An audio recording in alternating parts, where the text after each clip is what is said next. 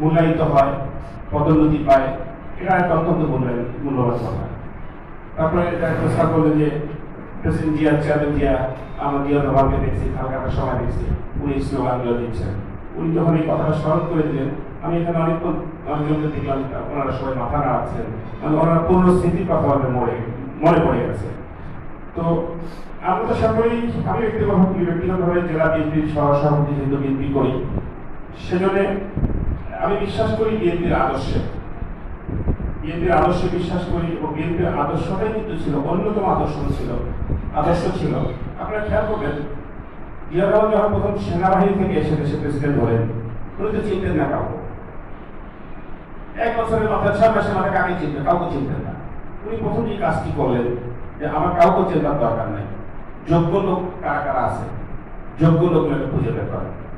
যোগ্য লোককে, এলাকার ট্যালেন্ট যারা, উজ্জ্বল নক্ষত্র যারা, এদেরকে খুঁজে বের করতে বেশি কষ্ট হয় না। এদেরকে নিয়ে দায়িত্ব দেওয়াটা বড় চ্যালেঞ্জের বিষয়, কিন্তু তাদেরকে খুঁজে পেতে কিন্তু কষ্ট হয় না।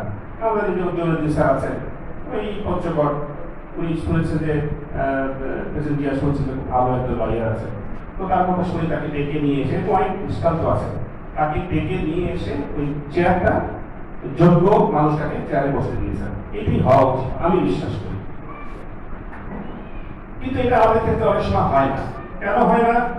এটার পেছনে মূল কারণ আমি বলবো যে যারা এই সিদ্ধান্তগুলি নেয় তাদের কিছু ব্যক্তিগত চাওয়া পাওয়া, সুবিধা অসুবিধা, এরকম একটা হিসাব নিকাশ থাকে বলেই সম্ভবত এই যোগ্য মানুষগুলোকে এক পাশে বসিয়ে দলীয় মানুষকে জি হুজুর, ইয়েস স্যার, ইয়েস বস, যারা বেশি বলতে পারবে, তেল ঘি যারা বেশি মালিশ করতে পারে, তাদেরকে মূল্যায়ন করা হয়, এবং এটা যদি কেউ করে তার পরিণত হবে শেখ হাসিনার মতো সরকার থেকে।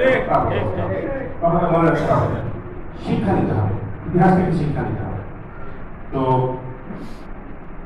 বর্তমানে আল্লাহ জন্য 40 বছর কাজ করছি, তো এই জাতীয় জিনিস, হীনমন্যতা, নোংরামি, ব্যক্তিগতভাবে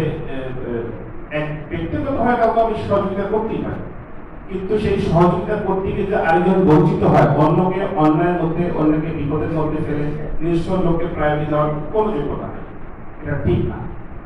তো আল্লাহ তাআলা যেন সেই রকম ভুল আমাকে দিয়ে না করে ভবিষ্যতে। আমি রাজনীতিতে যতই থাকি, নির্বাচিত হই না হয় সেটা পরের কথা, কিন্তু এই জাতীয় জিনিস যেন